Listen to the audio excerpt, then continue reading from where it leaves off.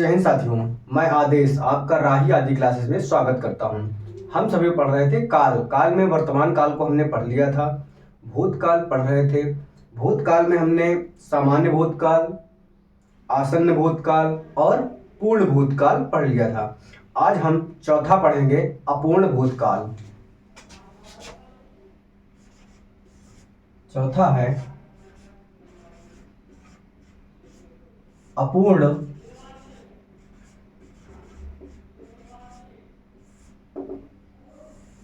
भूतकाल।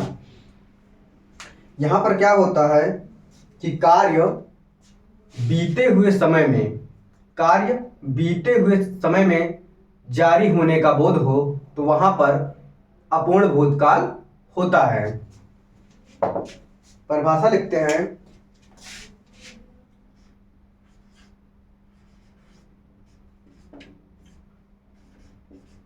जहां पर कार्य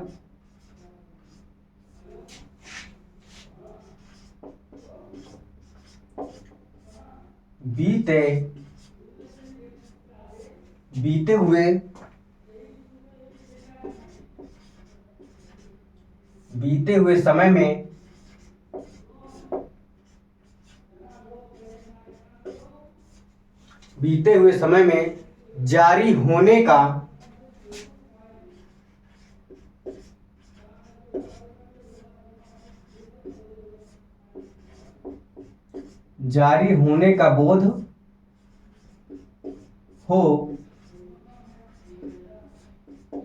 जारी होने का बोध हो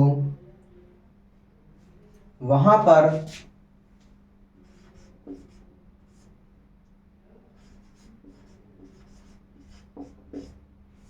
अपूर्ण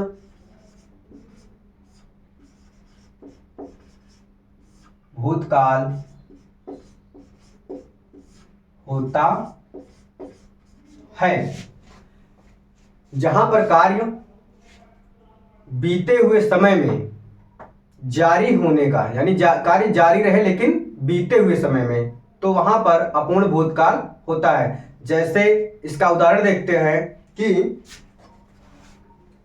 बच्चा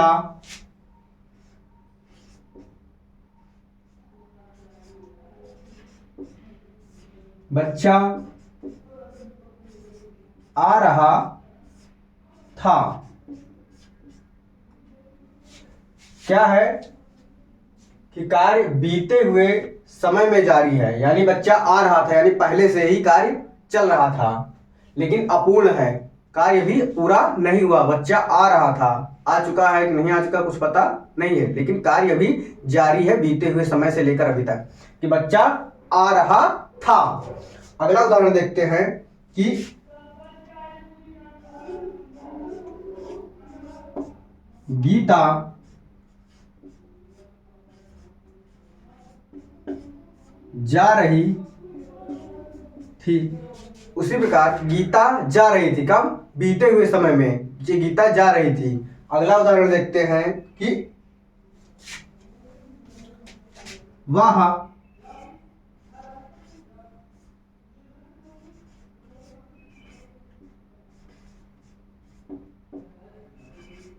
वह फुटबॉल खेल रहा था, कि वह फुटबॉल खेल रहा था, कार्य बीते हुए समय में जारी था, इसलिए यहां पर अपूर्ण भूतकाल होगा। अगला उदाहरण है कि सीता पढ़ रही थी। सीता पढ़ रही थी, यानी कार्य बीते हुए समय में जारी था। यहां पर हम देख लिए कि अपूर्ण भूतकाल। इसके बाद हम अब देखेंगे संदिग्ध भूतकाल। संदिग्ध भूतकाल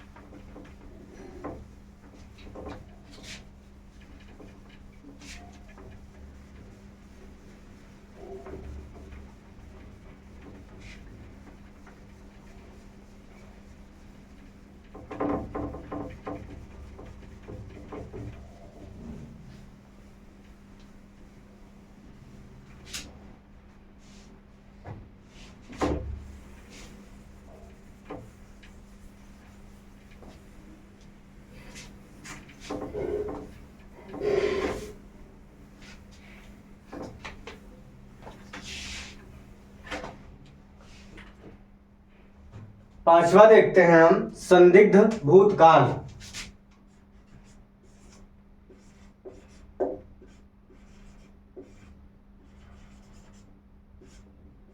संदिग्ध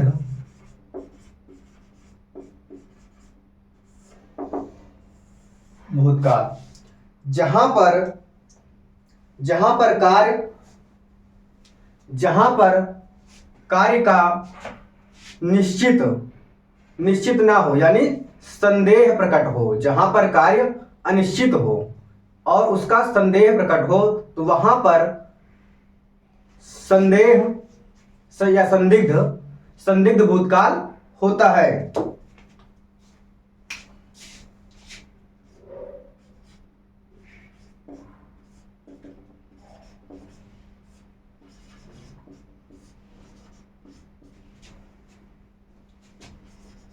जहां पर कार्य की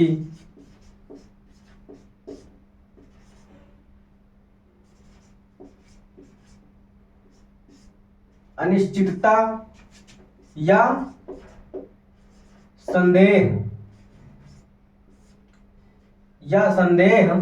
प्रकट हो,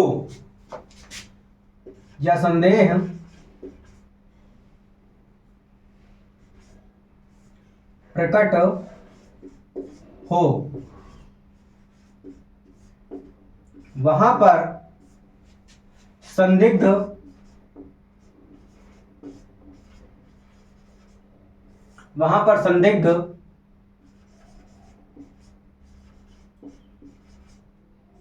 भूतकाल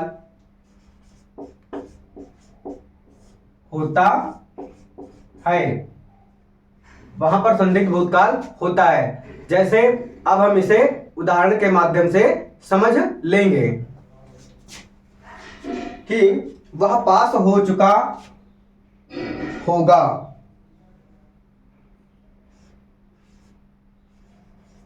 वह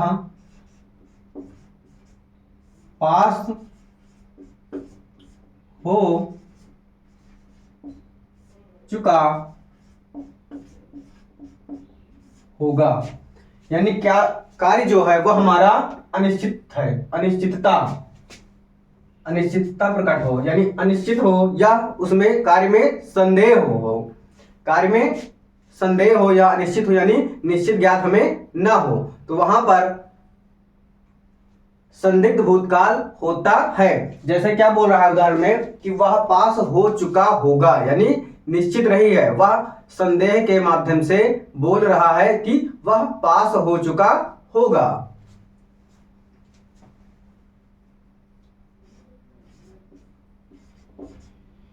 बस छूट गई होगी, यहां पर भी निश्चित नहीं है, अनिश्चितता को प्रकट कर रहा है और संदेह भी प्रकट है उसे, तो वहां पर संदिग्ध भूतकाल होगा।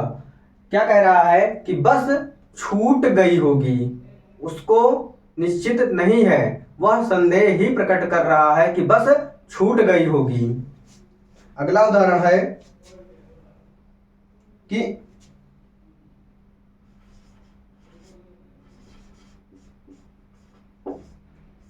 दुकानें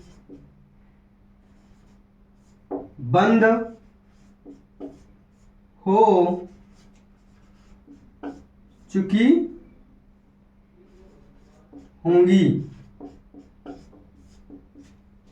कि दुकानें बंद हो चुकी होंगी, यहां पर भी वह संदेह प्रकट कर रहा है, इसलिए यहां पर संदिग्ध भूतकाल होगा। अब हम भूतकाल का 6वां भेद पढ़ेंगे और भूतकाल का ये आखिरी भेद होगा। कौन सा? हेतुपद भूतकाल।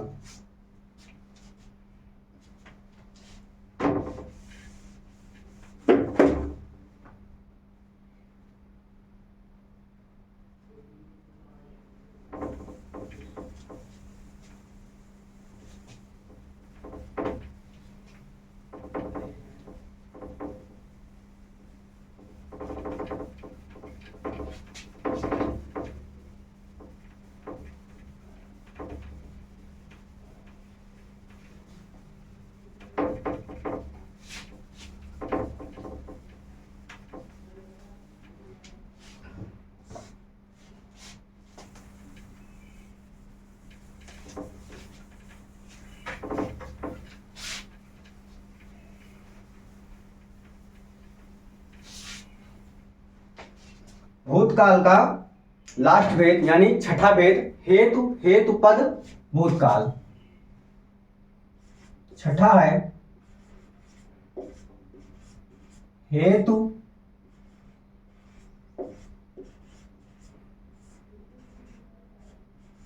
हेतु पद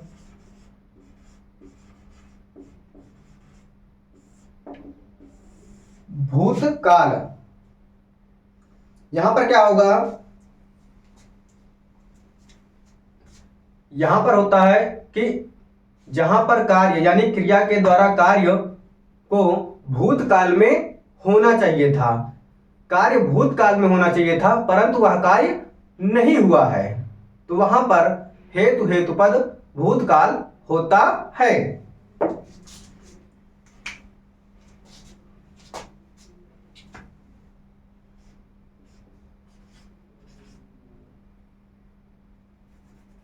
क्रिया के जिस रूप से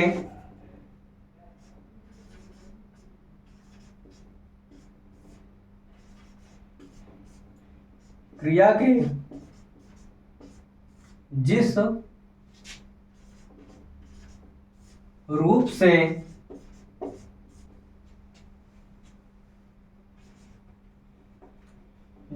से यह बोध हो, यह बोध हो कि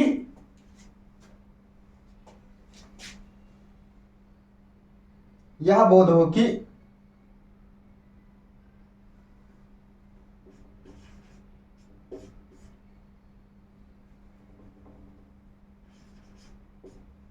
कार्य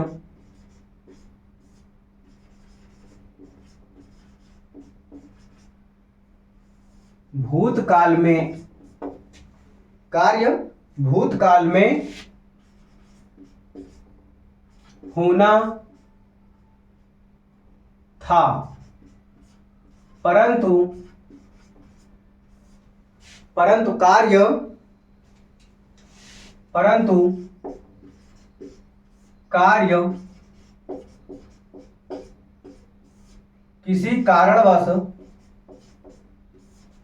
कार्य किसी कारणवश पूर्ण नहीं हुआ है।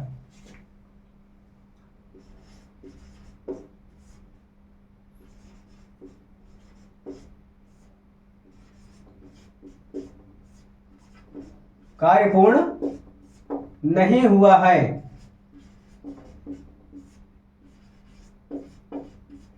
वहां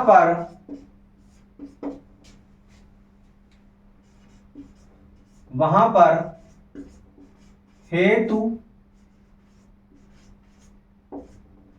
पद भूतकाल होता है।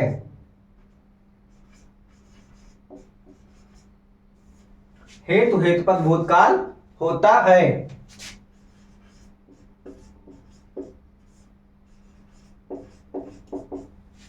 क्या है कि क्रिया के द्वारा कार्य को भूतकाल में होना चाहिए था परंतु कोई कारणवश कार्य भूतकाल में पूर्ण नहीं हुआ है, तो वहां पर हेतु पद भूतकाल होता है। अब हम इसका उदाहरण के माध्यम से देख लेते हैं और समझ लेते हैं। क्या कह रहा है कि अगर मेहनत करते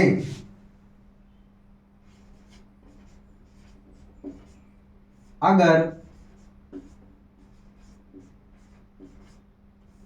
मेहनत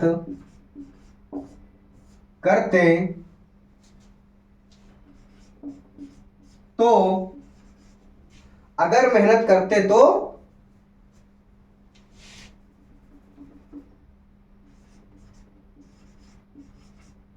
सफल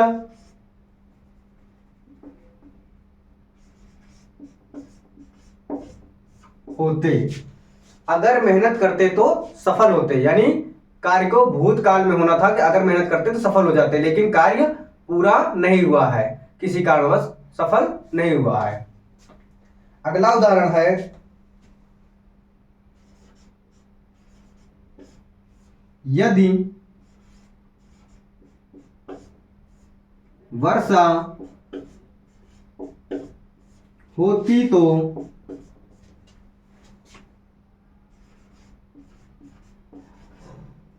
फसल अच्छी होती। क्या है कि बात को भूतकाल में, यानी कार्य को भूतकाल में होना चाहिए था पर हुआ नहीं है कारणवश, किसी कारणवश। क्या कह रहा है कि यदि वर्षा होती तो फसल अच्छी होती, यानी कार्य भूतकाल में होना था, लेकिन कारण है कि वर्षा नहीं हुई, इसलिए फसल अच्छी नहीं हुई है। अगला उदाहरण है कि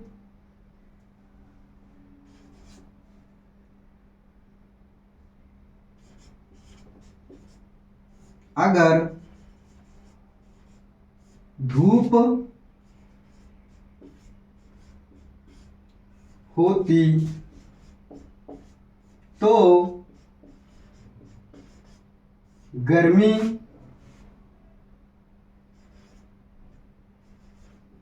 बढ़ जाती।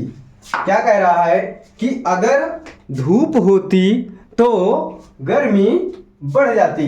बात है कि भूतकाल की कर रहा है कि अगर गर्मी होती तो अगर धूप होती तो गर्मी बढ़ जाती। बात को भूतकाल में कहा जा रहा है, लेकिन धूप नहीं हुई इसलिए गर्मी अधिक बढ़ी नहीं है। तो कार्य को भूतकाल में होना चाहिए था पर कार्य भूतकाल में नहीं हुआ है। तो आज की क्लास में हम भूतकाल के भेद को समाप्त कर लिया है, यानी वर्तमान काल हमारा समाप्त हो गया, काल के अंतर्गत भूतकाल भी समाप्त हो गया। कल हम पढ़ेंगे काल के अंतर्गत ही भविष्य काल को हम कल पढ़ लेंगे। तो काल का चैप्टर हमारा, यानी काल मीन्स समय का चैप्टर हमारा समाप्त हो जाएगा। आप सभी इस क्लास को लाइक कीजिए, सब्सक्राइब कीजिए इस चैनल को, और लोगों तक पहुंचाने के लिए इसे शेयर कीजिए। आज की क्लास को यहीं पे समाप्त किया जाता है। धन्यवाद।